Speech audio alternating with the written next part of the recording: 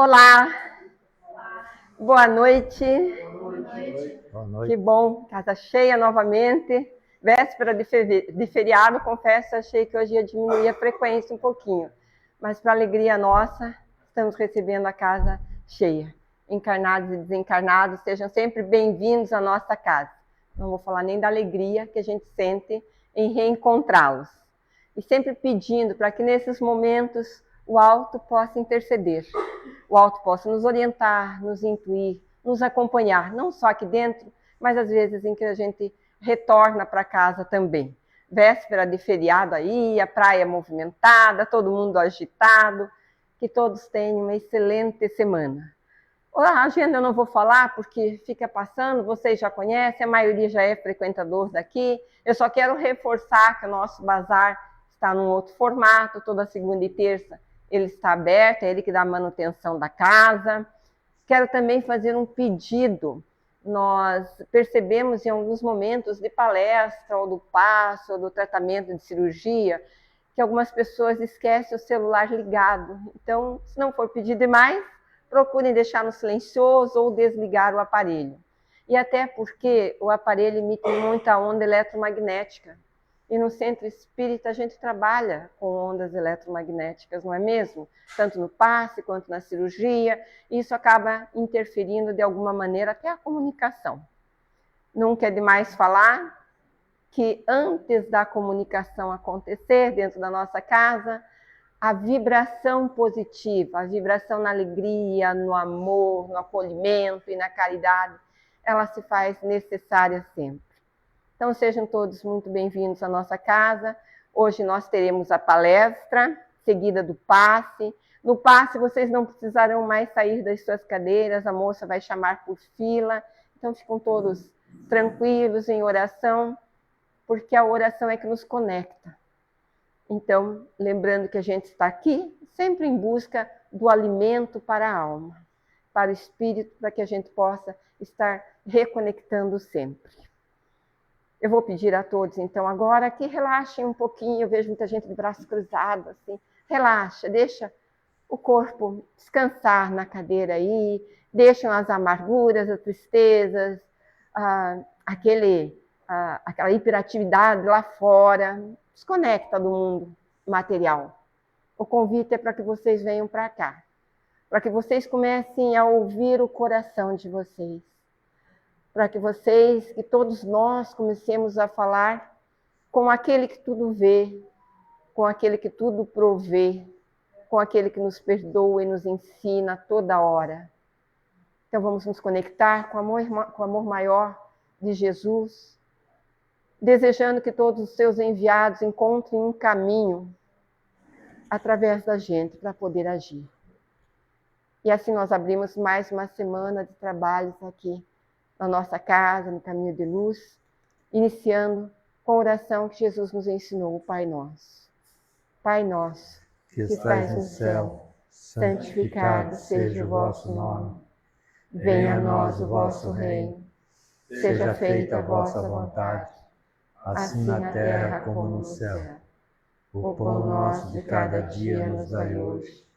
Perdoai as nossas dívidas, assim como nós perdoamos os nossos devedores. E não nos deixeis cair em tentação, mas livrai-nos do mal. Que assim seja. Antes de começar a nossa palestra com o nosso irmão, eu vou convidar principalmente você que está nos assistindo online, que amanhã é dia de tratamento e cirurgia espiritual. Não se esqueçam, essa é uma graça enorme, então se prepare para ser merecedor e para abrir também fluidos bons, fluidos positivos, para que os nossos mentores, através da bondade do Dr. Bezerra de Menezes, Dr. Fritz, sempre pelo amor de Jesus, possam realmente trabalhar conosco. Até amanhã. Então agora a palestra, uma jornada de reconciliação e sacrifício interior. Evão. Obrigada.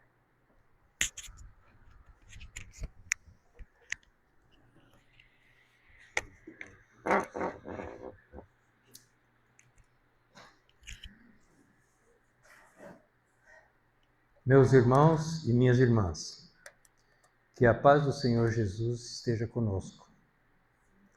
Hoje eu gostaria de convidar cada coração aqui presente para um exercício muito simples e, ao mesmo tempo, muito exigente. Olhar para dentro e perguntar com sinceridade o que ainda carregamos como peso, como mágoa, como ressentimento, como dureza e como resistência ao perdão. O nosso tema está no capítulo 10 do Evangelho segundo o Espiritismo, quando Allan Kardec reúne e comenta as lições de Jesus sob o título de Bem-aventurados são os misericordiosos.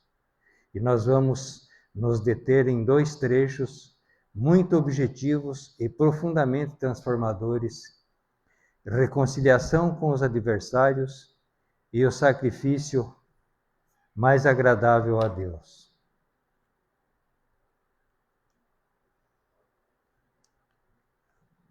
Misericórdia é lei de vida. O que é ser misericordioso? É perdoar, é reconciliar, é renunciar, é esquecer, é reparar e não se ressentir com o mal. Quem é seu adversário? Ele te persegue ou está preso na sua memória ferida? Quando Jesus fala em misericórdia, ele está propondo uma lei de vida, algo que reorganiza a alma e, por consequência, reorganiza a vida. Kardec salienta que o ensino moral do Cristo é para ser vivido e como um roteiro de conduta para todos, independentemente da crença. Eu gostaria de começar te perguntando com muito carinho e muita honestidade: quando você escuta a palavra adversário, o que vem à sua mente?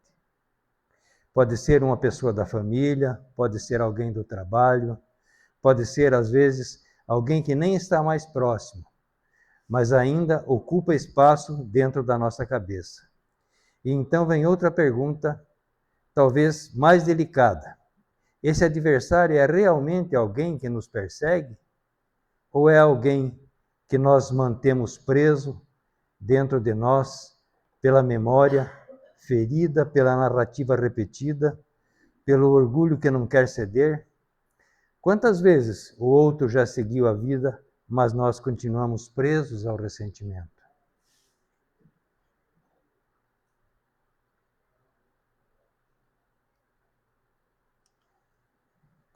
Reconciliação com os adversários.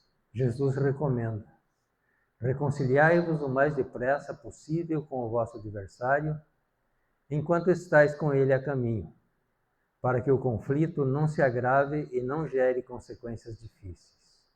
A urgência do bem evita o agravamento das mágoas e cessa a dor. No item de que trata da reconciliação, Kardec nos diz que a reconciliação é mais do que um gesto social. É uma providência espiritual. Aqui está um ponto essencial para o entendimento espírita. Enquanto estáis com ele a caminho, pode ser lido como enquanto existe ainda hoje. Enquanto o coração ainda pode escolher, porque há uma tendência humana muito comum a adiar o bem. A gente diz: um dia eu perdoo, um dia eu peço desculpa, mas o bem é urgente. Resolver conflitos rapidamente evita o agravamento das mágoas e diminui o tempo de sofrimento emocional. A reconciliação não é submissão e não é manter convivência. A reconciliação é libertação e esquecer as mágoas. Quando começa? Fuga da prisão dos sentimentos que me prendem ao meu adversário. Agora é fundamental deixar claro: reconciliar não é mesmo submissão e não é manter convivência com aquilo que nos faz mal. Reconciliação é, antes de tudo, libertação interior. para que não façamos da mágoa um altar onde o ego se ajoelha todos os dias para adorar a própria dor. Ela começa quando eu decido que não serei mais refém daquele sentimento, porque às vezes nós não somos prisioneiros do outro, somos prisioneiros daquilo que sentimos em relação ao outro.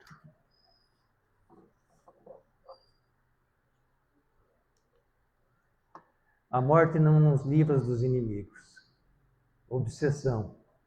O que é obsessão? São vínculos de pensamento e emoção desequilibrados entre desafetos, mesmo após a morte.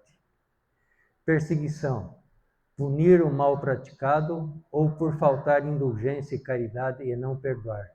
É uma consequência educativa. O Kardec vai mais longe. Ele afirma que a prática do perdão e do bem não existe apenas efeito moral, existe também efeito material. Ele explica que a morte não nos livra automaticamente dos inimigos, porque espíritos vingativos podem perseguir no além-túmulo aqueles contra quem guardam rancor. E ele relaciona isso a muitos casos de obsessão, porque o ressentimento cria vínculo entre esses desafetos. E o que é obsessão, senão o vínculo de pensamento e emoção que se mantém desequilibrados? Kardec explica ainda que Deus permite certas perseguições como consequência educativa, para punir o mal praticado anteriormente, ou por faltar indulgência e caridade por não perdoar. Portanto, é importante que cada um repare os agravos causados e perdoe aos inimigos, e que seja feito isso antes da morte. Reconciliação com os adversários, Jesus continua. Digo-vos em verdade, que não saireis da prisão enquanto não houverdes pago o último ceitil. Reparar tudo perante a justiça divina, mudar o padrão por meio de ações. Então surge a imagem forte do Evangelho, interpretada como a necessidade de satisfazer plenamente a justiça de Deus. Isto é, reparar, reajustar aquilo que ficou em aberto. Ao reparar, é importante não repetir, porque há pessoas que pedem perdão, mas mantêm o padrão. Em muitos casos, o perdão se prova não pelo que eu digo, mas pela mudança das minhas ações. Fazer o bem não é apenas não fazer o mal. O perdão não muda, o Emmanuel nos diz que o perdão não muda o outro, mas muda o clima do mundo íntimo. André Luiz também nos diz que a mente fixada no rancor sintoniza com faixas densas quando se esforça pelo perdão e acha amparo e equilíbrio. Joana de Ângeles, por outro lado, já nos diz que ressentimento é um vínculo psicológico e energético que aprisiona, e perdoar é libertar-se. Somos responsáveis pelo esforço de pacificar.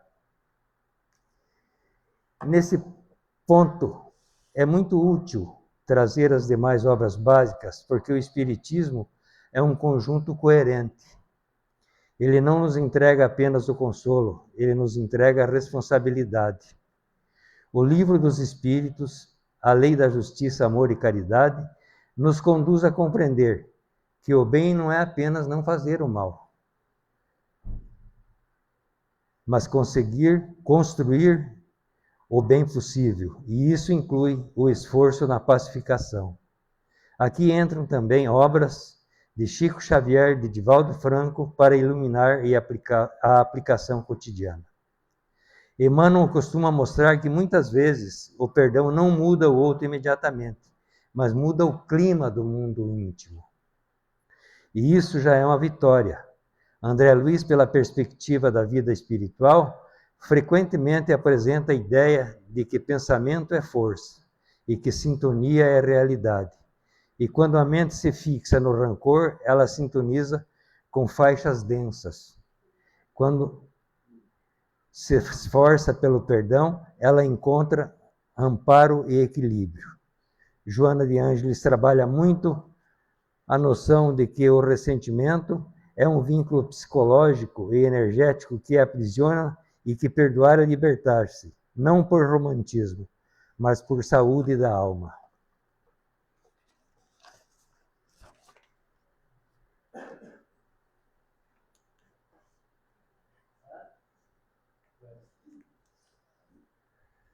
O sacrifício mais agradável a Deus, que é a segunda etapa da nossa exposição de hoje, Jesus recomenda: se, portanto, quando fordes depor vossa oferenda ao altar, lembrardes de que o vosso irmão tem qualquer coisa contra vós, deixai a vossa dádiva junto ao altar e ide antes reconciliar-vos com o vosso irmão, e depois então voltai a oferecê-la.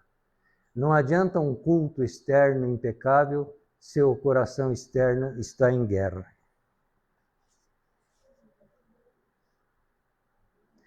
Nós vamos agora, meus irmãos, então, ao segundo trecho da nossa palestra de hoje, que complementa de maneira perfeita o primeiro, o sacrifício mais agradável a Deus.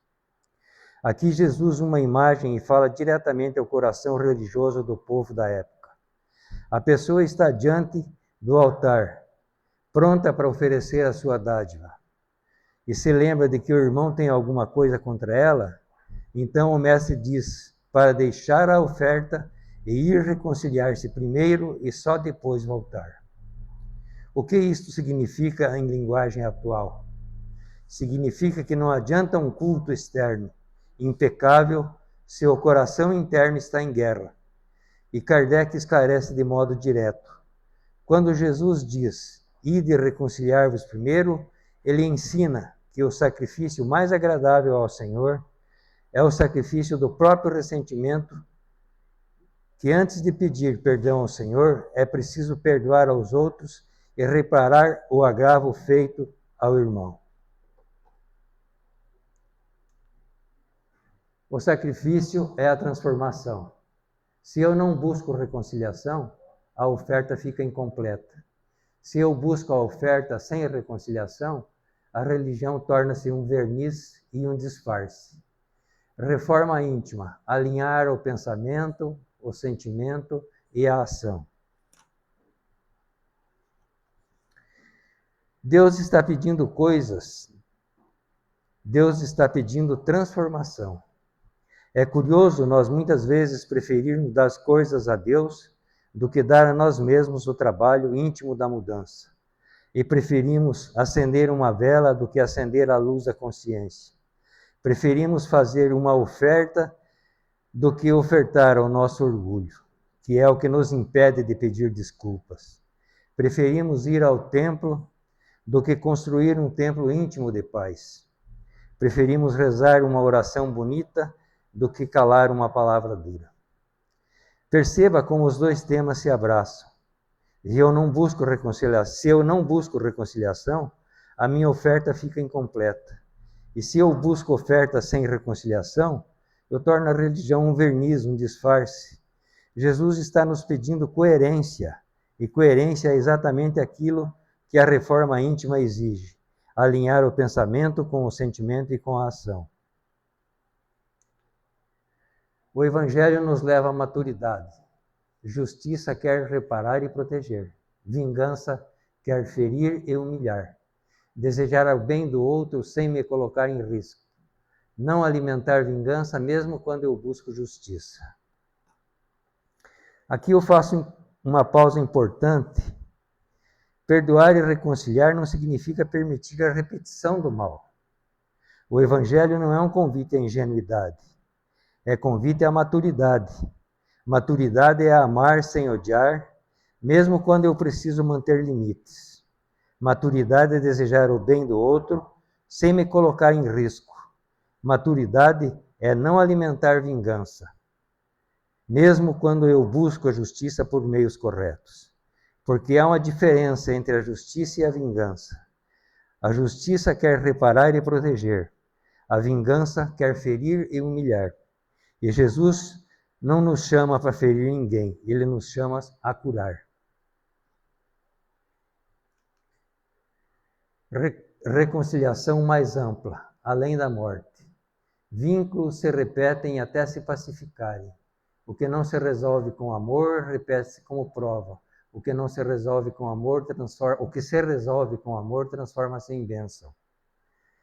Isso que nós falamos no episódio anterior, que nós devemos procurar resolver as nossas pendências de ódio, de orgulho, de qualquer situação contrária aos ensinamentos de Jesus, ainda nessa vida, para que nós não levemos esses conflitos para uma vida posterior.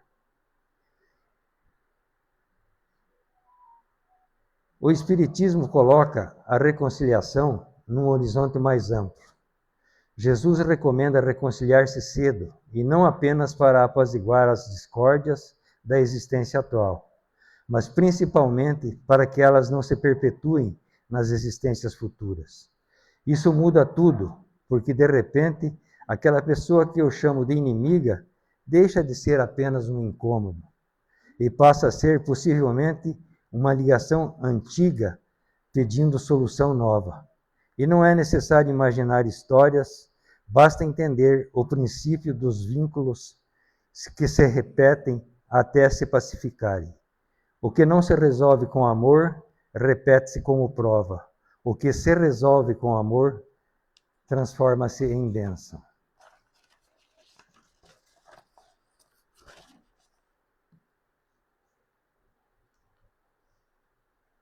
O último ceitil.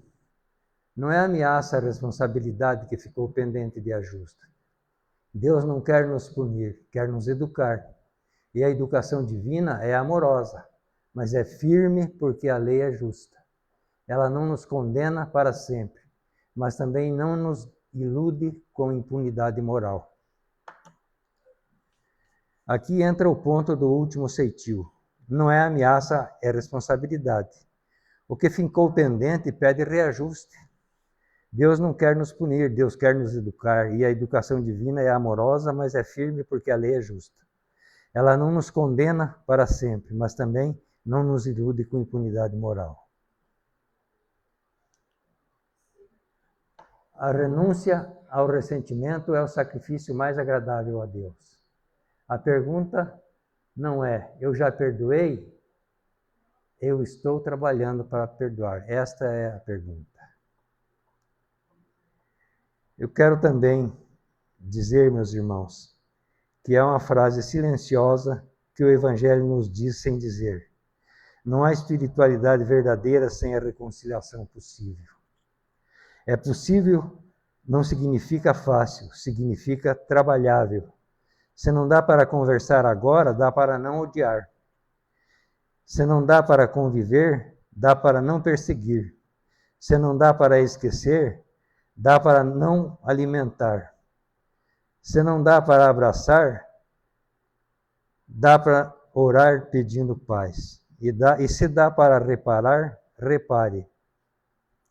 Que Jesus nos ajude a ter coragem de fazer esse sacrifício. O sacrifício do orgulho e do ressentimento, da vaidade ferida. Porque esse é o sacrifício mais agradável a Deus. O coração pacificado, limpo de ódio e disposto ao bem. E que possamos, pouco a pouco, transformar adversários em irmãos, interrompendo o ciclo que atravessa a existência, construindo finalmente a liberdade espiritual. Isso é o que eu teria a dizer. Eu peço a todos que fiquem no mais absoluto silêncio, abram seus corações e suas mentes para que Deus, nosso Pai amado, e Jesus Cristo, nosso Mestre, nosso amigo, bem como a espiritualidade aqui presente, nos ajudem a todos nós a tentarmos conseguir, através dos nossos pensamentos, através das nossas ações, que consigamos perdoar os nossos inimigos, que consigamos fazer o nosso sacrifício que seja mais agradável a Deus, para que junto com isso, nós e nossas vidas passemos também a sermos melhores, sermos mais direitos no nosso dia a dia. Obrigado a todos, que Deus nos abençoe. Eu convido a todos agora a permanecerem nos seus lugares para que nós passemos aos passes magnéticos que serão chamados por filas aqui na nossa casa. Obrigado por tudo, que assim seja, Senhor. Amém, Pai.